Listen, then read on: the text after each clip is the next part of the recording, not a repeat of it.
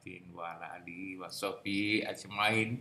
Mabadu yang saya hormati Gus Wahid, yang selalu kita dengarkan kajian-kajiannya yang begitu mendalam, mengingatkan kita semua agar bisa menjalankan kehidupan ini sebaik-baiknya. Yang saya hormati, saya muliakan para senior, ibu dan bapak-bapak semuanya yang berbahagia.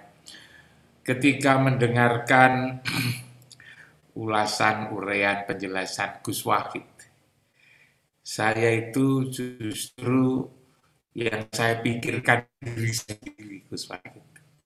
Diri sendiri. Jangan-jangan saya ini selama ini justru menjadi bagian yang diceritakan oleh Gus Wahid itu, yang punya wajah dua ini.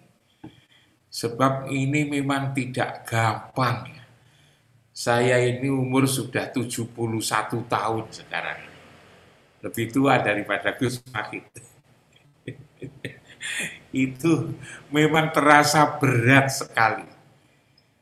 Dalam hati saya ini ingin sebetulnya menjadi orang baik, menjadi orang jujur, menjadi orang benar, menjadi orang amanah, menjadi orang sabar, menjadi orang ikhlas, dan seterusnya. Dan itulah memang mental atau akhlak yang mulia, yang bagus, yang tidak saja penting ya, kehidupan penting dihargai oleh sesama manusia, tetapi juga akan dihargai oleh Allah. Tapi ternyata kok begitu beratnya itu. Untuk menjadi jujur itu kok berat sekali. Untuk menjadi adil, untuk menjadi benar itu sepertinya memang tidak mampu ya. Karena itu saya ketika diajak bicara tentang apa yang ada di dalam hati ini lalu kemudian menjadi senang. Saya mencari cara sebetulnya gimana sebetulnya untuk memperbaiki hati ini. Dari situ Gus Wahid saya menemukan memang manusia itu jasmani dan ruhani itu laki-laki itu. Dalam ruhani ini sebetulnya sudah build up ya. Allah sudah sudah menyertai sifat-sifat mulia yang ada di dalam nurani itu, yang disebut dengan nikmat, yang disebut dengan rasa, yang disebut dengan zat yang ada di dalam ini, yang selalu mengajak kepada kebaikan. Tetapi kita ini berada di dalam tubuh ini, kira-kira yang di dalam Quran itu fal yang duril insanu mimma khuliq. Hendaknya kau perhatikan asal kejadianmu itu dari apa gitu. Ternyata juga dijelaskan di sana kalau orang sepuh-sepuh ya, orang Ngayogyakarta, Prof. Kuncoro itu mesti bisa jelaskan itu. Itu terdiri dari angin yang lalu kemudian punya sifat tidak mau kelintasan, terdiri air yang tidak mau kerendahan, lalu kemudian tanah yang tidak mau kekurangan, api yang tidak mau kalah, yang itulah sesungguhnya menjadi gelap. Jadi kebenaran nurani ini lalu berada di tengah-tengah kegelapan ini. Dan itulah Rasul sebetulnya yang bisa mengeluarkan umatnya dari kegelapan minadzunumat ilan nur, itu Rasul. Maka saya selalu sampaikan di forum ini, saya ajak untuk merenungkan dalam-dalam surat Al-Baqarah ayat 151 itu, Gus Wahid. Kama arsalna fikum rasulan minkum yatlu alaikum ayatina, itu kan, yang membacakan ayat-ayat yang ada di dalam diri kita, wa yuzakkikum, yang menyucikan. Itu kita tidak bisa sendiri kalau tidak ada pertolongan dari Allah dan Rasul itu. Wa yu'allimuhumul kitab wal hikmah. Jadi memang diri kita ini tidak mampu. Karena itulah ketika kita disuruh diajak sholat pun Kalau ada adzan kan hayya 'alas shalah gitu kan. Itu kan jawaban kita kan tidak ya tidak begitu, tapi kan la haula wala quwata illa billah. Jadi untuk sholat saja itu memang berat ya. Hayalal falah la haula wala quwata illa billah. Jadi memang itu pertolongan Allah sebetulnya itu. Dan seperti yang disampaikan oleh Gus Wakid tadi, saya renungkan Gus Wakid, bahwa apa namanya di dalam kita ini di dalam dada hati nurani ngajak baik, ya, ngajak baik. Tapi lalu kemudian selalu kita dustakan sendiri ya karena kegelapan tadi. Jadi al-haq mirrobik gitu kan. Jadi kebenaran yang ada di dalam itu dari Tuhan. Tapi lalu kita selalu dustakan kebenaran itu. Tetapi Allah dengan Ar-Rahman Ar-Rahimnya itu lalu juga selalu mengingatkan gitu.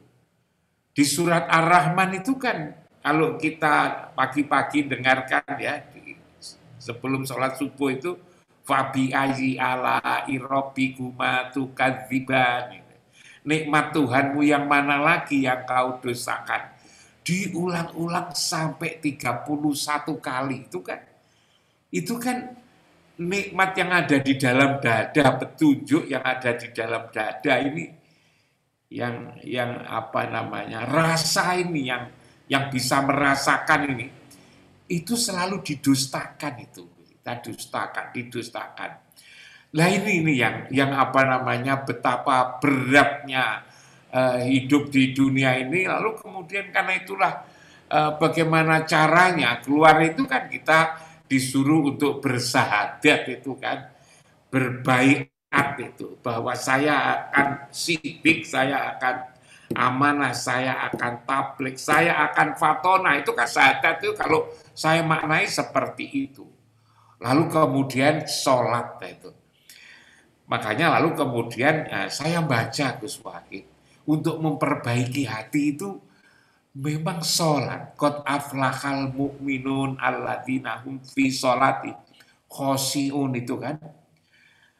Qad aflaha man tazakka wa dzakara isma rabbih fasholla. Sungguh untung orang yang mencucikan dirinya dengan ingat dan sholat. Tadi Gus Wakid selalu mengatakan ingat-ingat itu kan. Dikir, tadi kan dikir itu kan ingat itu kan. Ingat dan sholat. Wasta'inu bisobri wassalah gitu kan. Mintalah pertolongan dengan sabar dan sholat gitu. Tapi memang sholat dikatakan wa innaha lakabiratun illa alal khoshiin. Sholat itu berat kecuali orang yang khusyuk. Nah, itu lalu dulu pernah bicara khusyuk. Khusyuk itu yang apa?